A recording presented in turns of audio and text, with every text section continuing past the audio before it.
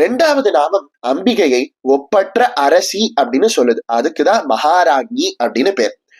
ஒரு அரசனுக்கு மனைவியாக இருப்பதனாலதான் அரசிக்கு அரசி அப்படிங்கிற பெயரே வந்தது. ஆக மொத்தத்துல அரசனாலதான் அரசிக்கு மரியாதை அப்படின்னு இந்த உலக வழக்கத்துல நம்மளால புரிஞ்சுக்க முடியுது.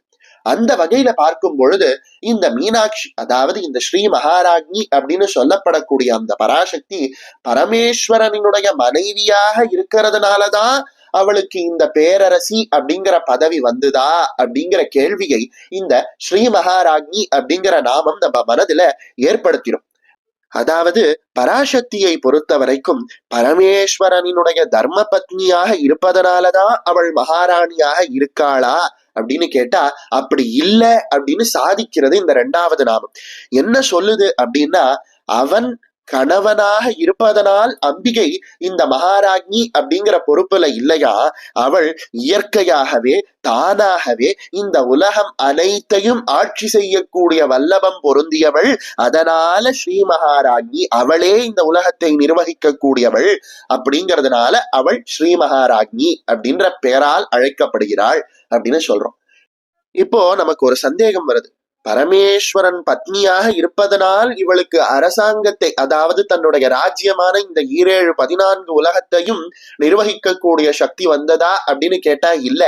இயற்கையாகவே அம்பிகைக்கு அந்த தன்மை இருக்கிறதுனால அவளுக்கு ஸ்ரீ மகாராஜ்ஞி அப்படின்னு பெயர் அப்படின்னு சொன்னோம். அப்போ பரமேஸ்வரன் வேற, சக்தி வேற. பரமேஸ்வரன் இல்லாம சக்தி இயங்கரா அப்படின்னு சொல்லப்படுறதா இந்த நாமத்தால அப்படின்னு கேட்டா இல்ல. அம்பிகைக்கு அந்த சக்தி இருக்குன்னு தான் சொல்றதே தவிர அம்பிகை பரமேஸ்வரன் இல்லாம தனித்து இருக்கான்னு சொல்லல.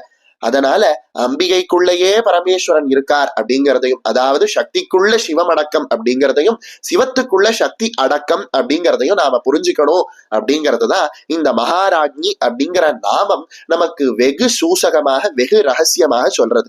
அதாவது அம்பிகை தானே இந்த உலகத்தை படைக்க வல்லவள், அம்பிகை தானே படைத்த இந்த உலகத்தை தானே நிர்வகிக்க வல்லவள் அப்படிங்கிறத இந்த ரெண்டாவது நாமம் நமக்கு காட்டி கொடுக்குது. அந்த வகையில இந்த மகாராஜ்ஞி அப்படிங்கிற நாமத்தை நாம ஜபிக்கும் பொழுது பராசக்தியினுடைய ரகசியமான மந்திரத்தில் இருக்கக்கூடிய 3 ரகசியமான எழுத்துக்கள் இந்த நாமத்துல வெகு ரகசியமாக கலக்கப்பட்டதுனால இந்த நாமத்தை ஜபிப்பவர்கள் அத்தனை பேரும் பராசக்தியினுடைய மந்திரத்தை ஜபித்த பலனை அடைந்தவர்களாக ஆகிறார்கள்.